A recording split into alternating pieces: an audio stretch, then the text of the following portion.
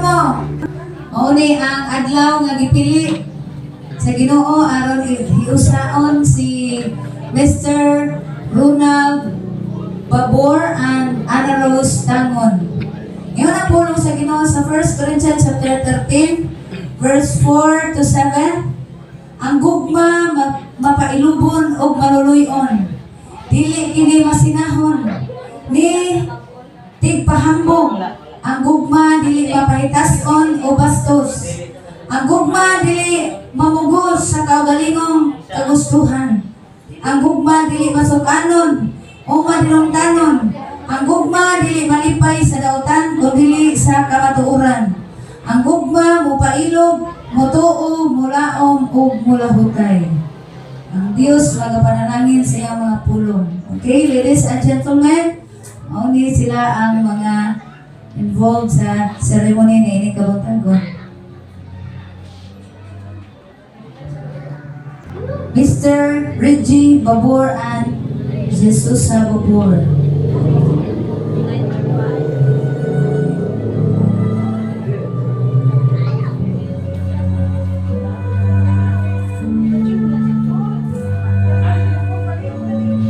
Officiating Minister Pastor Elmar Dag and Pastor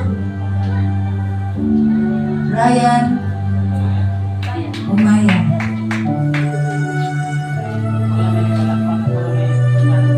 Groomsmen Ronald Babor and his parents Sinin Babor and Pablito Babor.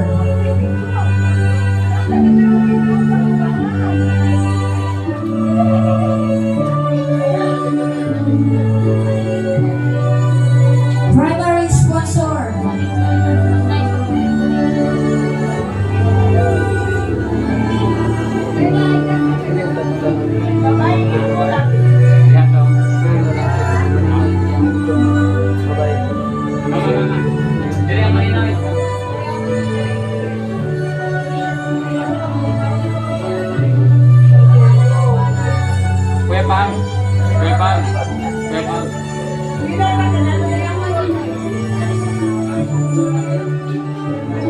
Mama, bawa siya ng papel. Bawa siya.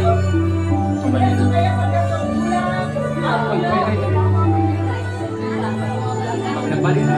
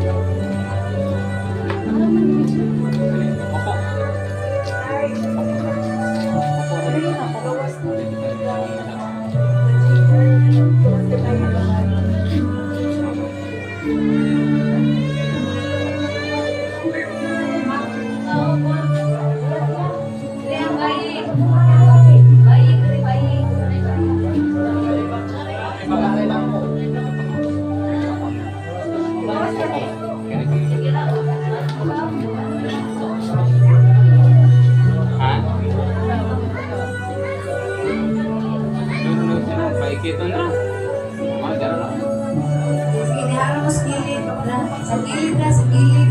Ito sa labod. Napandaring oh, napandaring. Napandaring oh. Ugdo ka mo, para preserve ng tuwag Pilipino.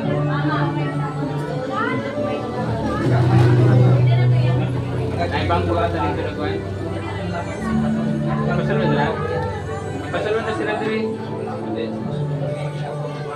Ano kung meron sa gawas?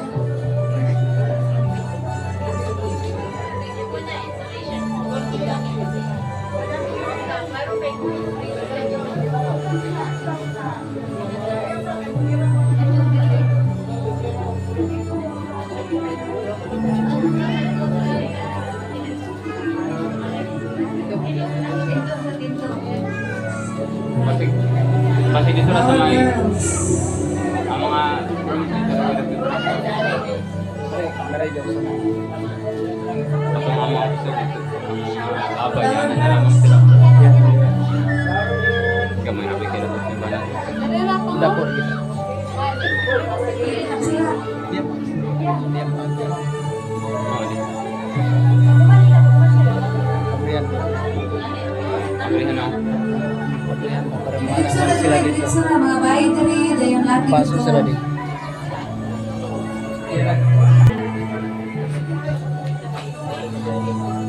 Diri, diri. Ako sa bangko. Yan, girl. Girl.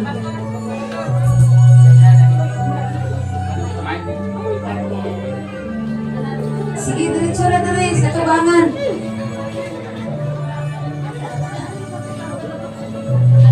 I-check sa Panginoon.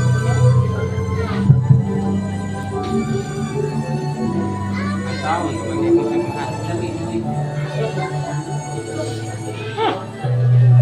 Praise the Lord.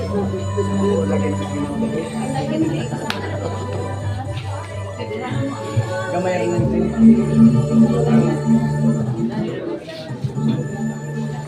Nak, diri mo na, diri mo na, diri, dito diri. Dito diri. Dito mo na, dito mo diri. Dito mo diri.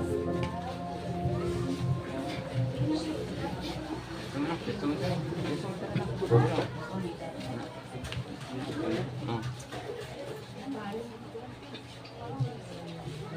Okay, to shower our path, the flower girls.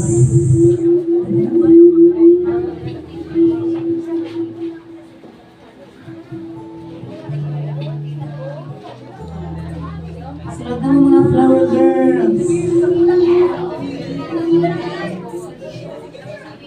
Sige, dami yung daghan flower.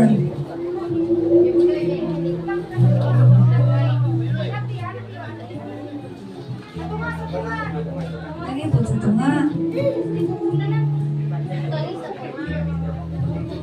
Dili forward, dili po dati. Dawatan na ate. Ba sila mga ate.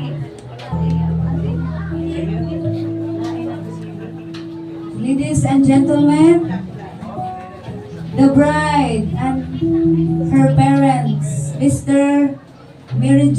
Mrs. Mary Jane Tangon and GC Tangon.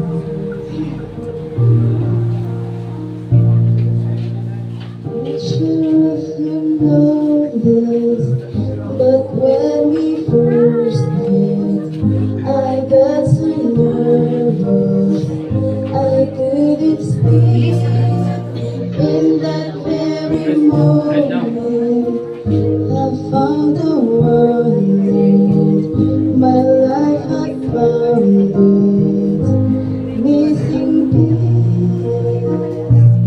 So as long as the name I love you will never be.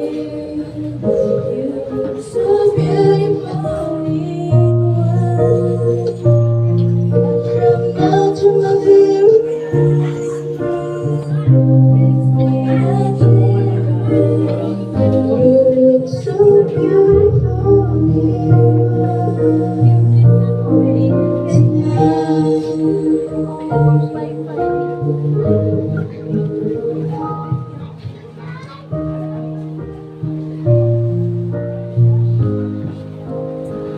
Kay mayo buntag na itong tanan. Buntag na sa kabuntadon. Ang tayo na ito ang kalimot. Kita sa ato ang pagsugod alam sa maong katuyuan sa ating buhay ni Ronald ni Anubus. Mabisan pa sa mga niya karon saksiyalan sa ilahang panagyusa. Matalusan na ito ang ibang na ito sa pagsakogalingon. O nato ang ihatag ni Pastor Ryan Maya alam sa pag-ampong sa pagkita. Let's pray. Father God in heaven, hallowed be thy name. Thy kingdom come on earth as it is in heaven. Father God, kami nagpasalamat kung opportunity nga ihatag tanan sa usa ka mahingdan nga pasyon imong ihatag tanan. Lord, ikaw magpatiliwala o magtuban, ikaw magagiya o ikaw magahiusan sa among mga tinguha pagbati o tuyo. So sa kagutan, makapasunin mo kayo ganyan. Father God, the village is the most greatest and highest creation. Yung mag-isip o yung ipinili sa kasing-kasing sa mga. Father God, salamat Ginoo sa pag-inisyon sa aning bunagol Ginoo. O dalagon ka sa katapusan ng pagkilabot. Ang Ginoo o kanyang mga tanan ng pagpasalamat. Maraming salamat Jesus. Amen. Ang pabilin ta sa pagbaro, ay ta sa pagpahayag sa katuyuan sa mga okasyon. Hiligog man kong mga isuon o mga higala. Nagtipon kita karon sa tubangan sa atong Dios ingon nga iyang katawhan. Aron saksihan ang pagsaulog ug paghiusa ni Ronald Jerusalem sa usa ka Kristohanong kasal. Ang kasabutan sa kaminyoon giandam o gitukod sa Dios. Na mo'y nabuhat kanato nga lalaki ug babaye. Ang bisan kinsa nga buot mosulod sa kasabutan maghuna-huna pag-ayo uban ang pagtahod, kalinaw ug kahadlok sa Dios. Ngod kay ang kaminyoon usa ka balaanon kasabutan kinahanglan nga tahod kini.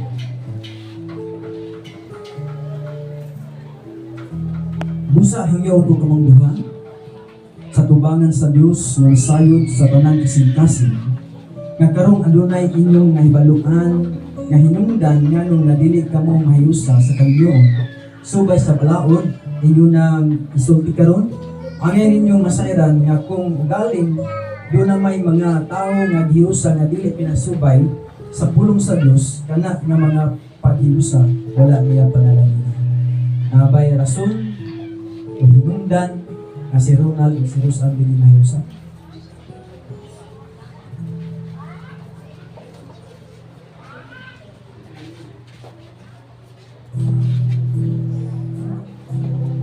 Kung wala man, balayon ta.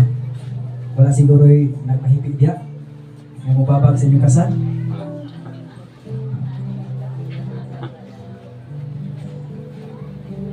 Minsan naghatag o pagtugot o pagpanalangin ni Rusan nga makasal kang Ronald. Ay, Ana Ros. Ana Ros.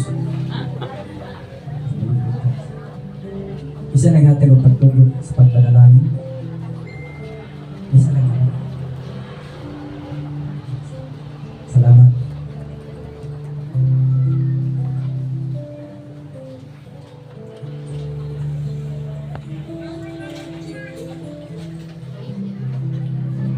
Magtagal sa ka-bugtagon ato sa palikuron ng mga sponsors, mga dinikanan, lahat sa sila na masungkit sa libatang padayon sa atirang na palimusin sa Pilipinas.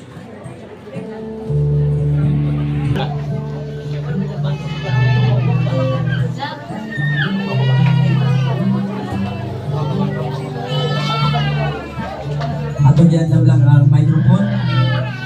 Saan ang microphone? Ronald?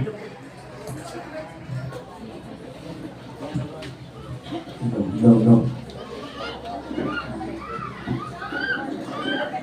Salamat kayo sa tanan.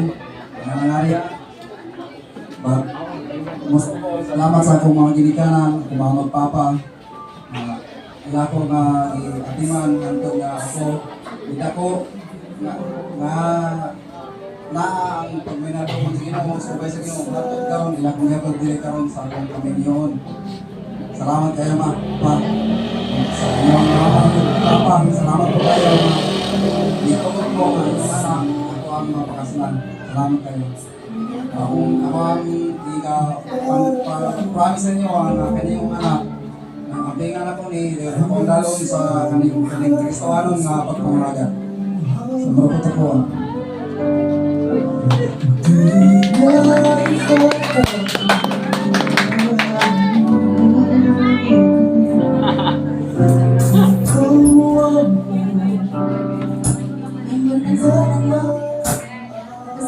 kayo sa akong nilikanan nga.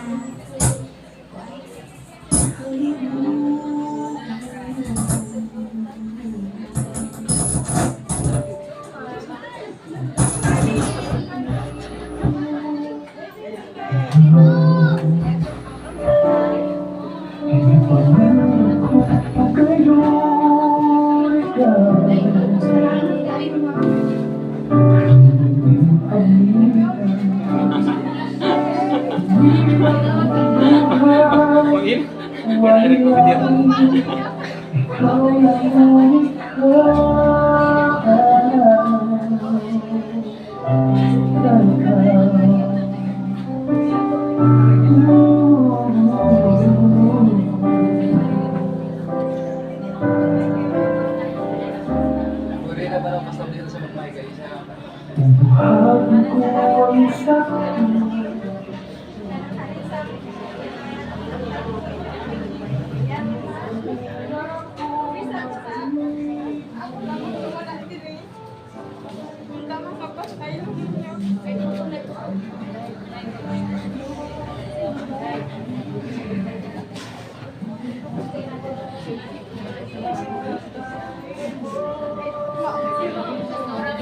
Kapalasan sa inyo ang mga laga na Diyos sa Ginoo kay mas maayo kung kinaay Ginoo sa salamat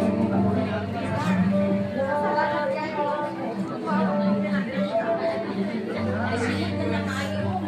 Kaya kinatag sa gilikanan ni Ronald.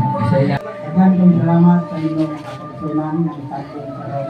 Ako po nagpasalamat sa akong mga igsoon, lagi na sa mga kapatihan, pwede na sa mga kaigsunan din sa Pika.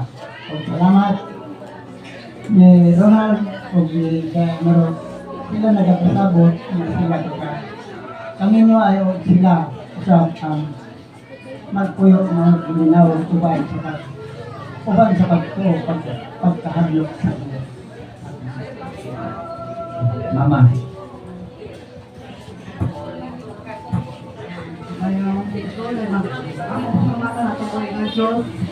Sa ako anak na nagsubong ang minadokon sa Ginoong Masinawal sa Gikan. Hallelujah, nagisan pa karon nga. Kaya ilan karon na labot sa ako 36. Ako pa isang binangga. Hindi tayo masaya na niya kahit kaya naman Makro na lang anak. Ako masalamat atong way ka Diyos na nakagamig anak na hutan naman sa bigat among pinalay. Okay, pinatag sa gilikanan.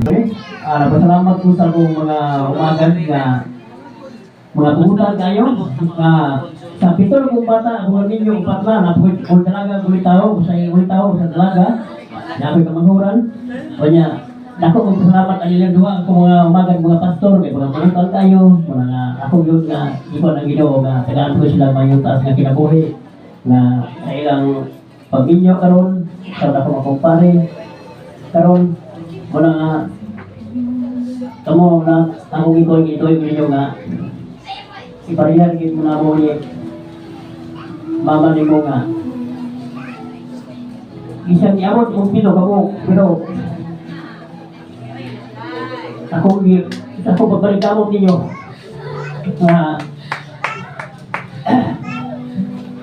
pili ko kong magkaisod kailangan mo mayong malawas sa Ginoo nga paglaban sa pag di po ko para kung makahilak pag mo gamay ani pero or ngayon ko tawag ginako wala na palayo rin niyo inyong pag nga di po po magsigali konyo po na kung ninyo nga kung kakalong igodaan nga kani siro lang dapat algi kayo masa po na kong anak kung po kasi sila isa ninali sila nga sila karoon na kuha kaminyo nila ako di ba pumupat sa mga anak basta kaya naik kaminyo nga nga di kuha ko nila nga kita adio binato na alam mo pumunta ato sa kawang bata kung may kupa kung sila doha ato rin yung salamat yun sa akin Thank you guys. Okay, ato lang ka. Ikaw ga, love. Okay lang.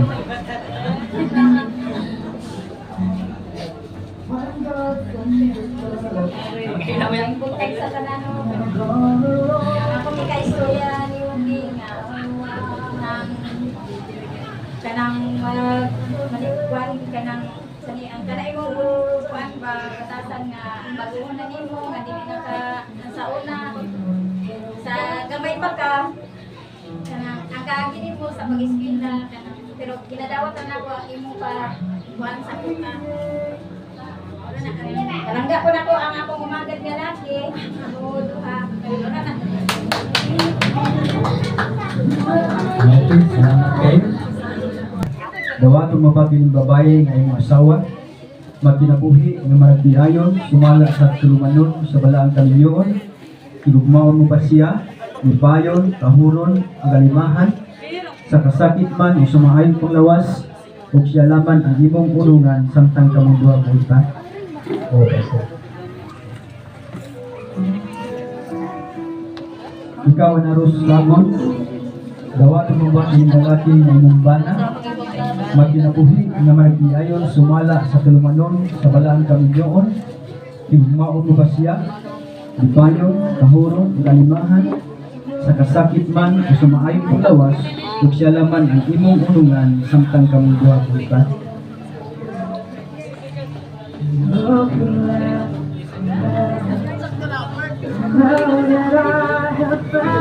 Kaya nito sa pagmamati sa pulo sa Diyos. Pwede mo makalingkot niyo. Kaya mamati ito sa pulong sa Diyos. Kung kaya kung si Gino, importante po siya. No? Dugang ng mga pagmaymay, mga pagmamno, alang sa matag-usa ka na ito. Labi lang sa kinabuhi ni Ronald o kinabuhi ni Andros.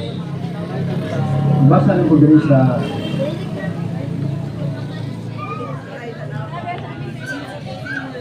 Genesis chapter 2.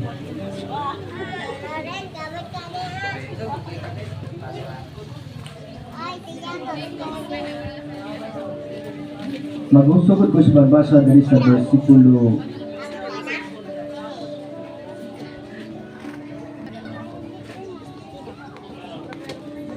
21. Dito na pulong sa Diyos. Huwag ipahinanok ni Hoba na Diyos si Adam.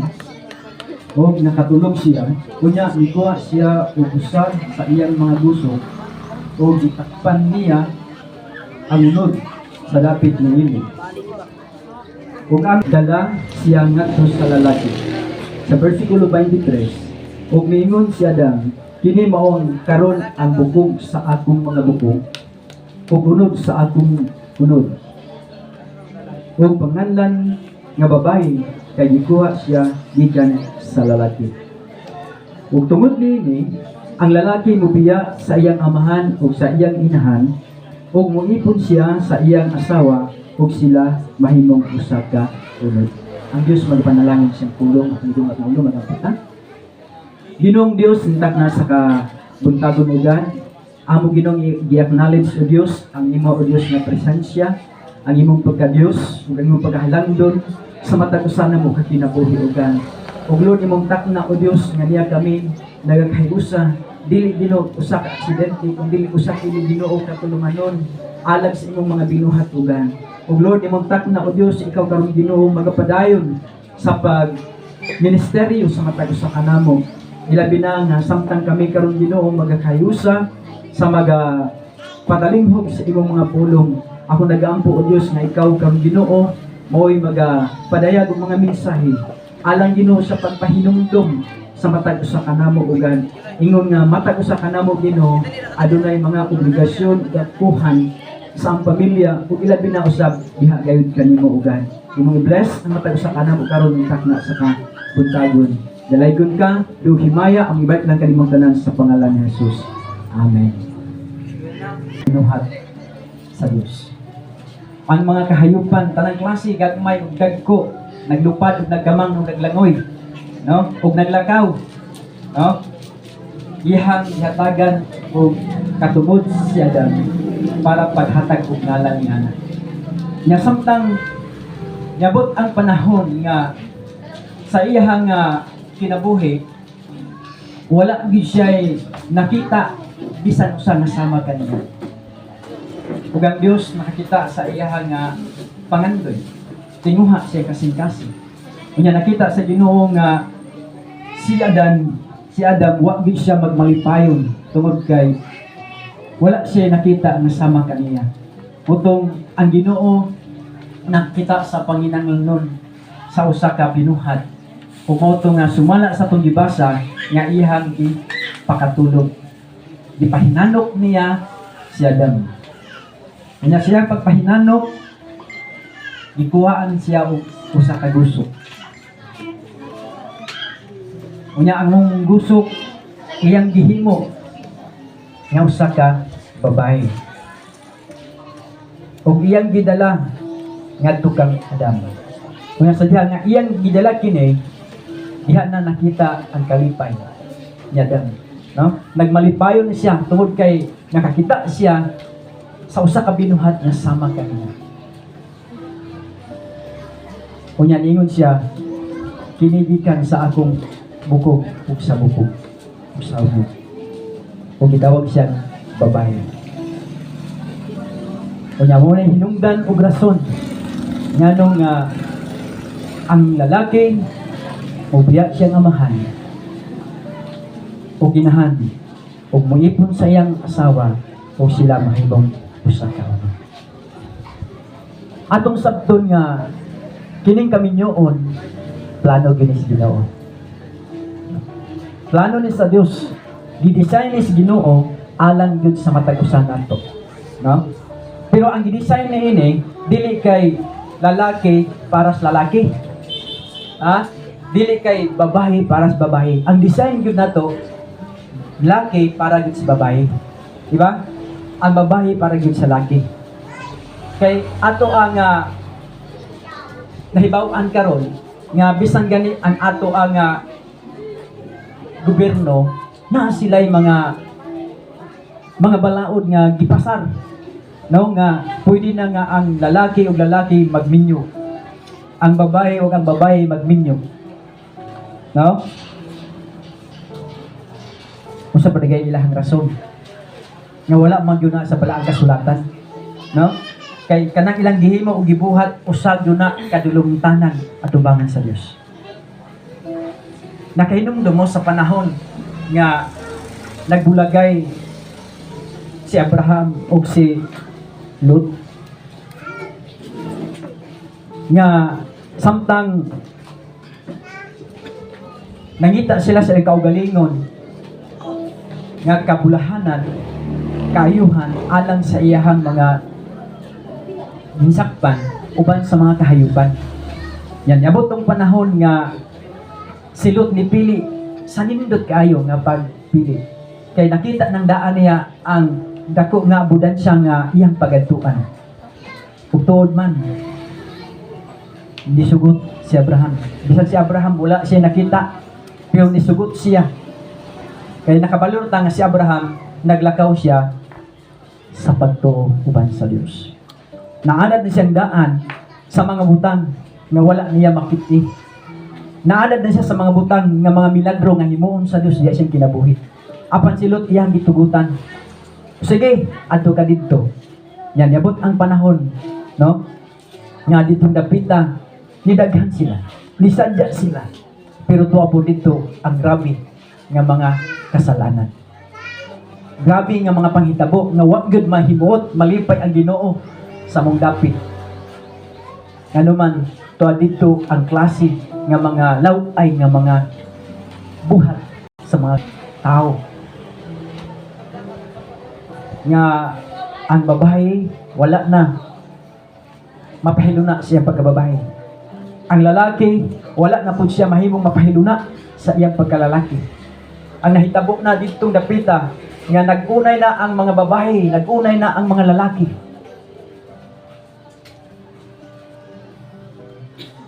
Ug ang Dios ni pakanaog siya hukom sa mong dapit.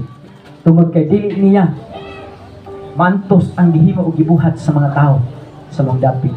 Bisan si Abraham, nihangyo siya. Nga niingon siya, Ginoo, kung pananglitan na ay 5,000 diha ka mga tao nga matarong, imo mo giday sunugon ang Sodoma o Gomora. Giingnan siya sa Ginoo, nabay nakita ni diha nga 5,000 nga matarong. O nagpadayon siya sa paghangyo hangtod niabot na gyud siya ngadtos na pulo. Pananglitan Ginoo kung naay mga napulo diha ka mga tao nga matarong, imo pa gyud sunugon ang mga Sodoma o Gomora.